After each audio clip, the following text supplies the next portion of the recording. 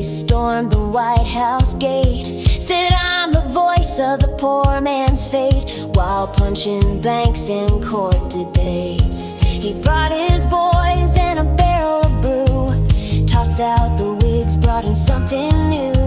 A party for folks with mud on their shoes and not a clue how to write good news. Oh, the donkey was drunk, the crowd was loud. They danced on the lawn and drew a crowd. Tried building a party for the common guy, but forgot to ask why or how or why. With a fiddle squeal and a shout of yee-haw, they stumbled into the rule of law.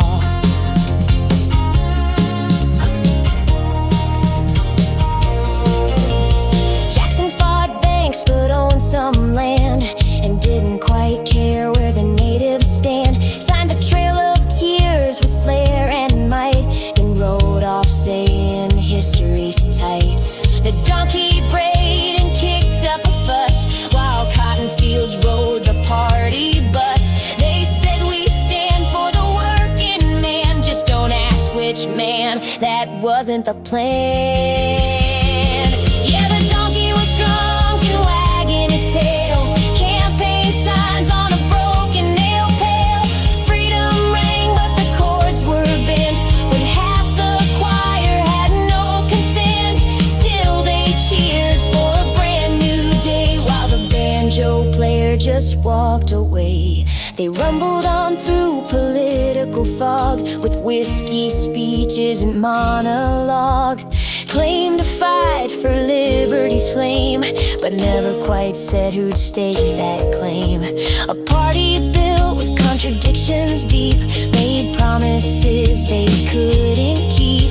From backwoods charm to southern pride, they rode both sides of every tide.